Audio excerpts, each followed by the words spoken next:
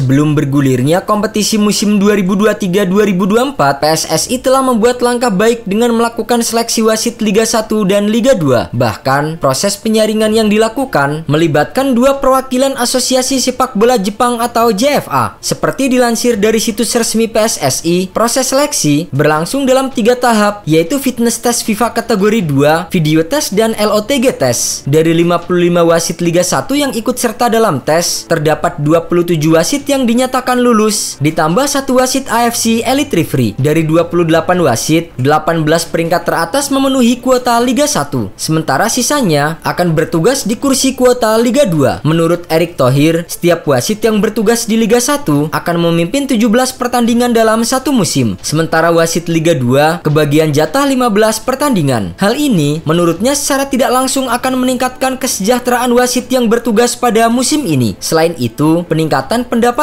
menurut Erick juga akan dirasakan oleh para pengadil lapangan. Meningkatnya kesejahteraan wasit tentu diharapkan mampu meningkatkan kualitas para pengadil lapangan musim depan. Tak cukup sampai di situ, Erick Thohir juga menyatakan dirinya akan memimpin langsung divisi perwasitan kompetisi sepak bola sebagai ketua komite wasit. Hal itu ia lakukan demi mengawasi wasit-wasit nakal dan untuk memajukan Liga Indonesia. Erick Thohir juga menyinggung soal hukuman seumur hidup bagi wasit yang melakukan pelanggaran. Namun sayangnya, meski telah melewati seleksi dan mendapatkan gaji besar, kualitas wasit di Liga 1 justru masih memprihatinkan. Baru memasuki pekan ketiga Liga 1 2023-2024, sejumlah keputusan kontroversi telah mewarnai pertandingan yang merugikan pemain dan juga tim Liga 1. Beberapa kontroversi yang terlihat nyata adalah di pertandingan Bayangkara FC versus Rans Nusantara. Pada laga yang dimenangi Rans 2-1 itu, wasit Nendi Rohendi melakukan 2 kesalahan fatal. Pertama, menganulir gol dari Dendi Sulistiawan karena dianggap offside dan memberi penalti kepada Rans FC yang berujung gol pertama. Tak hanya itu, wasit Rio Permana Putra juga melakukan kesalahan saat memimpin laga Persita Tangerang versus PSIS Semarang. Rio memberi Persita tendangan penalti meski pelanggaran terjadi di luar kotak penalti. Kontroversi juga terjadi pada laga Persebaya Surabaya versus Barito Putra yang dipimpin oleh wasit Torik Alkatiri. Pihak Persebaya melakukan protes setelah wasit Torik tidak memberi penalti ketika Song Uyong dengan jelas ditarik oleh Bagas Kava. Yang terbaru, sebuah kontroversi terjadi di pertandingan Persib Bandung melawan Dewa United pada Jumat 14 Juli malam. Wasit Bangkit Sanjaya tidak memberikan hukuman kartu saat gelandang Dewa United Asep Berlian melancarkan tackle brutal kepada pemain Persib Bandung Rahmat Irianto. Muak dengan keputusan-keputusan kontroversi wasit Liga 1, manajemen Persebaya Surabaya bahkan sampai mengirimkan surat protes kepada PSSI terkait indikasi kecurangan yang terjadi di dalam pertandingan. Desakan penggunaan VAR di Liga 1 muncul dari pelatih Persebaya Aji Santoso. Ia berharap PSSI maupun PT LIB segera menerapkan VAR untuk BRI Liga 1 musim ini agar insiden wasit kontroversial tidak terjadi lagi. Belum selesai dengan masalah kontroversi, isu pungli wasit dikabarkan terjadi saat proses seleksi untuk memimpin pertandingan di Liga 1. Pungli itu dilakukan oleh para oknum untuk meloloskan wasit yang tidak lulus dalam ujian. Ini menjadi masalah besar yang harus diselesaikan oleh PSSI. Kejadian ini tentu saja sangat disayangkan apabila benar terjadi. Pasalnya, PSSI sudah menaikkan gaji wasit sebesar 20 juta per bulannya.